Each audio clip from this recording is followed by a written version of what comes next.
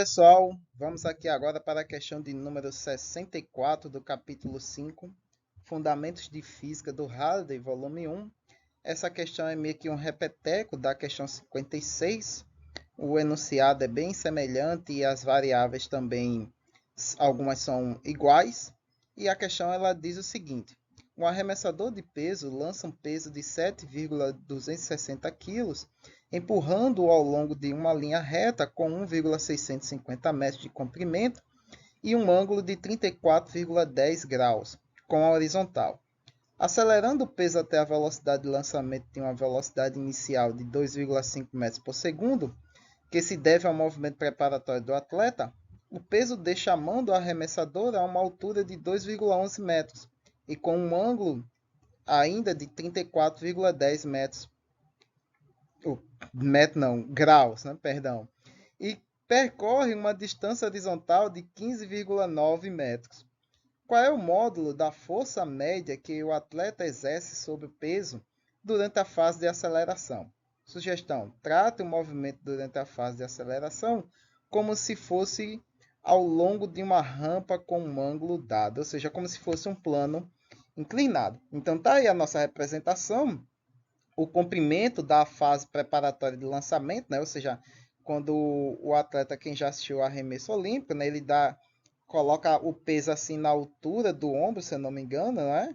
Dá aquele giro e aí na volta final ele estica o braço em contato ainda com o peso e lança o peso para ele ir numa distância o mais longe possível. Na questão 56, ele pedia o ângulo, qual seria o ângulo mais eficiente, né, dadas as condições, já que numa situação real, dadas as condições, né, e outras características do ambiente, o ângulo de 45 graus não vai ser o ângulo que vai atribuir o alcance máximo. E aí ele pergunta qual vai ser o ângulo que vai atribuir esse alcance máximo. Aqui ele quer a força média aplicada ao longo dessa trajetória, né, desse comprimento de 1,650 metros. Então, a altura em que o peso vai perder o contato com a mão, como diz o enunciado, é de 2,11 metros. Então, para que a gente saiba qual é a força média, a gente tem que saber qual foi a aceleração do peso ao longo desse percurso de 1,650 metros, que é o comprimento em que a mão está em contato com o peso e, nesse caso, o jogador, né, o lançador olímpico, o arremessador, está aplicando a força sobre o objeto. A partir do momento que ele não está mais em contato com a mão, a força deixa de atuar sobre o objeto e ele segue com um movimento oblíquo. Então, para isso, a gente tem que saber qual é a aceleração nesse sistema. A gente sabe que a aceleração inicial, ou seja, ali a posição inicial como está aí a figura, é de 2,5 metros por segundo. Mas qual é a velocidade final para que a gente possa atribuir uma aceleração associada a esse movimento? A velocidade final, nesse caso aqui, vai ser o quê? Vai ser a velocidade da bola na posição em que a bola não está mais em contato com a mão, que é a uma altura de 2,11 metros. Então, para isso, a gente tem que descobrir qual é a velocidade da bola nessa posição. E aí a gente pode aplicar a equação da trajetória, lá do capítulo, se eu não me engano, capítulo 4. Capítulo 4, né? Movimento em duas e em três dimensões, a gente tem lá a equação da trajetória de um objeto. Porque a gente tem o comprimento percorrido desse peso para a gente ter uma ideia de qual foi a trajetória dele. Né? Porque o enunciado diz que a partir do momento em que a bola não está mais em contato com a mão, né, o peso, ela percorre aí 15,8 metros na horizontal, ou seja, no nosso eixo X. Então, aplicando a equação da trajetória, para quem lembra essa aí, né, a gente não precisa deduzi-la, né, que ela é dessa forma. Né? Então, como a gente está tratando aqui no eixo Y, é o vertical, então a posição Y é igual à posição inicial, mais o comprimento X vezes a tangente do ângulo. O ângulo a gente sabe qual é, né? 34,10 graus, né? Se mantém inalterado esse ângulo, menos o termo que é gx² sobre 2 vezes a velocidade inicial cosseno θ ao quadrado. Essa velocidade inicial aí é a velocidade inicial a partir do ponto que a gente começa a traçar a trajetória do peso. Então, esse V inicial é o V da posição em que a bola não está mais em contato com a mão. Ou seja, a posição ali onde que ela está ali na interseção entre a reta de 1,650 metros e a altura de 2,11 metros. Que é justamente a velocidade que a gente quer. Porque o nosso, podemos dizer assim, V0 mesmo, né, é 2,5 metros por segundo. E esse V0 a gente pode chamar de V0', né, que é para descrever a trajetória do objeto. A gente tem todas as variáveis aí, então a posição final do objeto é zero, né, que ele vai atingir o solo. Né, então a gente vai fazer essa separação aí da equação, porque a gente quer o nosso V ali, né? Então, isolando o nosso V, aí eu vou chamar de V', né, para não confundir com a velocidade inicial no momento de preparação do lançador, né, que é 2,5 metros. Então, para diferenciar, eu coloquei aí como sendo ele V0'. Né? E aí, reajustando todos os termos, a equação fica com essa cara aí. Só que esse V0' está ao quadrado, né? Porque lembre-se, ele está elevado ao quadrado ali dentro do parênteses. Então, o nosso V0' vai ser a raiz dessa expressão toda aí. G² de x sobre 2 vezes, parêntese, posição inicial mais x tangente θ, outro parêntese, cosseno θ ao quadrado. Então, nós temos aí o nosso G é 9,8, né, que a gente está na Terra. O nosso deslocamento em x é 15,9 metros, né, que esse x representa o deslocamento total que a bola, que o projétil faz nesse arco, né, sobre 2 vezes a posição inicial. A posição inicial em y, né, é de 2,11 metros, porque ele parte da posição 2,5 metros, ele não parte da origem, que seria o chão, né? Então, portanto, não é zero. Aí você tem ali mais a posição x, né? Ou seja, o comprimento que ela percorreu, né? Que é o comprimento que ela vai atingir ali o solo, 15,9 metros. Tangente de 34,1, multiplicando tudo isso por cosseno de 34,1 ao quadrado. Resolvendo tudo isso aí na expressão, né, que a gente não precisa fazer aqui resolução passo a passo disso aí, né, basta só uma calculadora, você mesmo faz. Então, nós temos que a nossa V0', né, a nossa velocidade inicial linha, é de 11,85 metros por segundo. Então, ou seja, olhando aí para o desenho, a posição em que a bola está, né, ali encostada na mão perto do ouvido do lançador, é de 2,5 metros por segundo.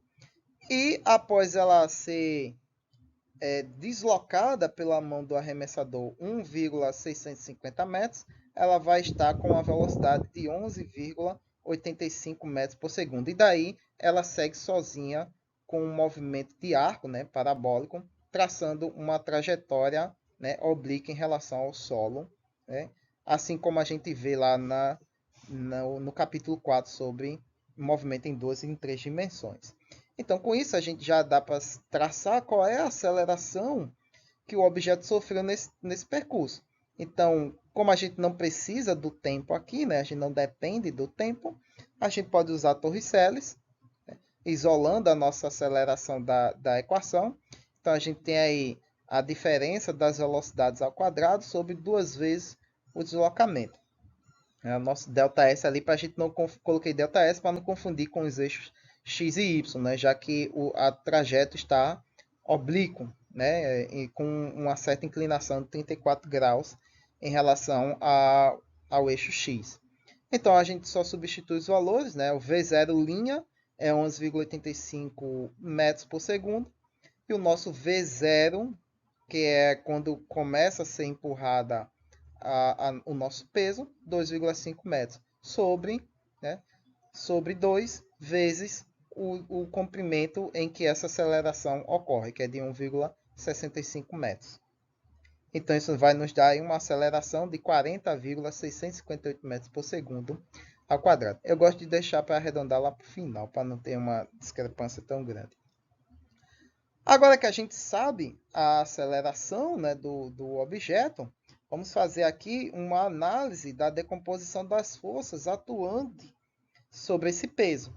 Então, nós temos aí a força média, né, aplicada pelo lançador, pelo arremessador, que está paralela a essa linha branca, né, que é o deslocamento que esse peso fez.